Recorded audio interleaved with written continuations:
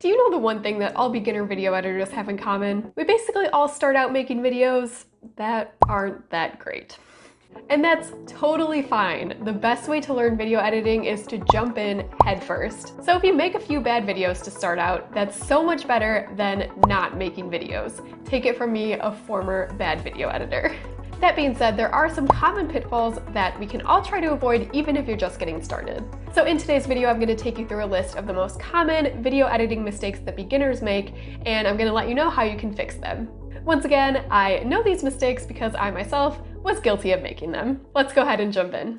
Let's start with the most common mistake I see new video editors make and even experienced video editors make, and that is not properly organizing your files. Even I'm guilty of this from time to time, I will admit.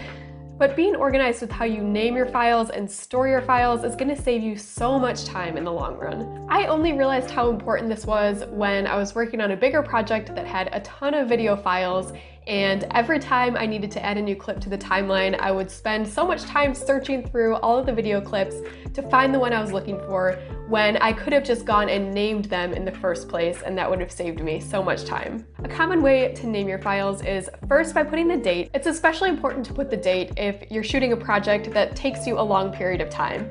If you shot all of your footage on one day, then you might not need to put the date. And in that case, what I usually do is just name the files with a number starting with 01, 02, 03, 04, and that way your footage will stay in the order that you shot it. And then after either the date or the number, put a short description of what's happening in the video, enough that you'll be able to look at the title and remember what shot it was. And then I like to create a master folder, and then inside that folder I have separate folders for images, videos, music, voiceovers, and special effects. And then I go ahead and add the files, which I already renamed, to the folders that they belong in, and that's going to make it so much easier for me to find what I'm looking for while I'm editing. The second mistake a lot of beginners make is jumping into the edit without having a workflow. Basically, what I mean by this is if you're jumping back and forth between adding clips to the timeline, then working on the audio, then adding sound effects, then adding B-roll, then back to trimming clips, you're gonna waste a lot of time. It's a lot more efficient to do all of the trimming and then all of the B-roll, or to have some kind of system in place like that that works for you. So the process I usually follow, first I go through my script and I mark all the points where I'm gonna need graphics, where I'm gonna need B-roll, where I'm gonna need text, maybe sound effects, and different things like that. I'll mark that on the script,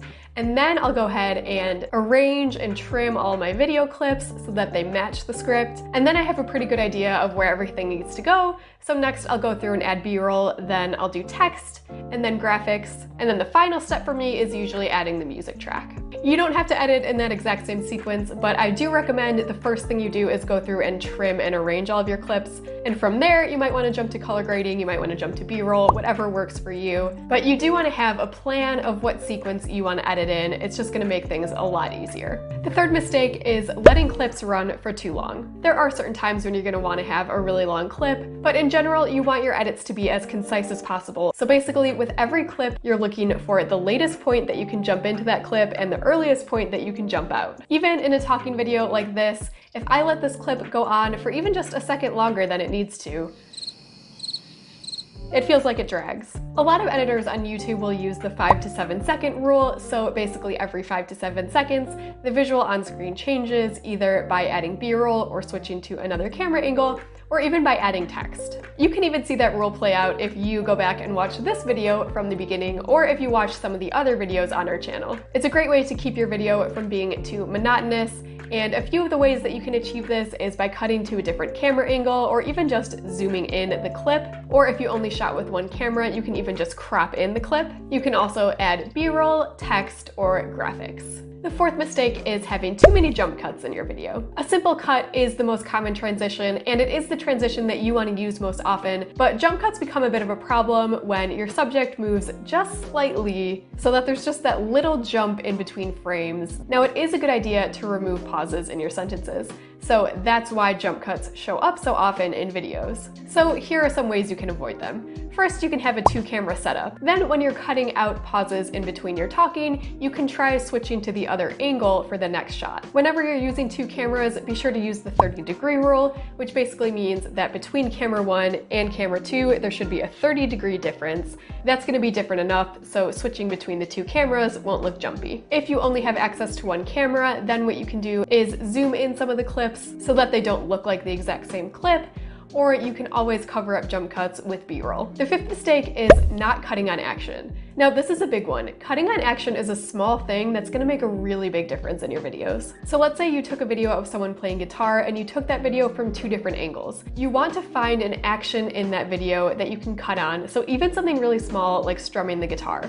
And then basically what you want to do is cut the first video right in the middle of the strum, basically where you see the most motion blur, and then the second angle is going to pick up right in the middle of the action. Here's what that looks like if we don't cut on action. As you can see, when we cut on action, it just feels like so much more of a natural edit. You can even do this with talking head videos where you have 2 different camera angles by cutting on the action of your hands or something like that. Don't underestimate this one, it really goes a long way, like I said before. Number 6 is overusing transitions and filters. This is a classic one. Most video editing softwares offer a ton of transitions, and a lot of them seem just so much fun to put into your videos. So a lot of beginners will add a lot of transitions to kind of stylize their video and make it their own, but it actually ends up making your video look a little bit amateur. And the same goes for filters like firework filters and stuff like that. Of course, there are certain types of videos, maybe music videos or maybe sci-fi dream sequences, where it does make sense to add filters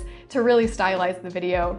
But in general, you want to keep it to a minimum. And when it comes to transitions between one shot to the next, 9 times out of 10, a simple cut is all you need. Every now and then a cross dissolve, and then every now and then something more fun like a whip or light leaks or something like that. The 7th mistake is not paying enough attention to the audio of your video. Most beginners focus a lot more on the visual elements of the videos, but the audio is a lot more important than you realize. People are actually more likely to click off of your video because of bad audio than they are for bad video quality. First, it's really common to have these really jarring sounding audio cuts when you cut from one clip to the next. And that's just because you filmed the 2 clips in different environments that had different sounds happening. One way to avoid this is by using L cuts and J cuts. So in this example, you're just going to pull the first video so that it plays for a little while underneath the second video, and then you'll have the audio just fade out underneath.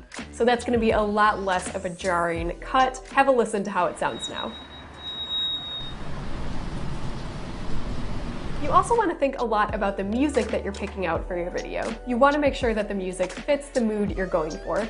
So for a tutorial like this, it wouldn't make sense to use a really sad music track or a really epic soundtrack sounding music track. Instead, it makes sense to have just kind of a happy, upbeat track. So you might find that this is a little bit time consuming, but you do really want to take time to listen to a lot of different music tracks and pick out the right one for your video. If you don't know what kind of music track you want, a hack that you can use is to think about popular songs that you really like, and think about which one you would put in your video. And then even though you won't be able to use that exact song because you probably won't be able to get the copyrights for it, when you're listening to stock music tracks, you can listen for one that sounds similar enough to the song that you had in mind. Also, to help you out with this, we have a video on our channel about the top 8 websites where you can find free stock music. Once you've picked out your music track, the next thing you want to focus on is balancing the levels of music with the levels of the talking or the sound effects or whatever other audio you have. If you're creating a talking video like this one, you want to make sure that the music isn't competing with you, so you need it to be quiet enough where you can really hear your voice clearly, but loud enough where the music adds a nice vibe to the video. And the last component to perfecting your audio experience is adding sound effects. Sound effects really go a long way in making your video more engaging, so I highly recommend that you experiment with them. If a car drives by, you can find a sound effect on the internet of a car driving by and sync it up with your video. If you're typing, add a typing sound effect. Even if you're doing a talking head video like this one, you can still find opportunities to throw in sound effects, like my favorite, adding a pop sound effect when text pops up on the screen. And that brings us to the last mistake on our list, which is inconsistent graphics. A lot of new editors will add text and graphics that are all over the place in terms of font, size, color, and just overall look. That's really going to end up being pretty distracting and just kind of make your video look casual. So to avoid that, just pick out one font one color, one size, and stick to it throughout the video. You might need to change the size a little bit depending on how long that piece of text is, but try to keep it relatively consistent. I usually just copy and paste my text to make it so much easier. Basically, this one is just about remembering that less is more. That's going to keep your videos clean and easy to understand. And there you have it. Those were the 8 most common mistakes that we see new video editors make. Which one of these mistakes have you been guilty of making? When I was a new video editor, I would say I was most guilty of number 1 and number 5. If you're looking for more video editing tips, be sure to check out this video. Đăng ký dùng thử miễn phí phần mềm tạo video tại trang web invideo.LgjI.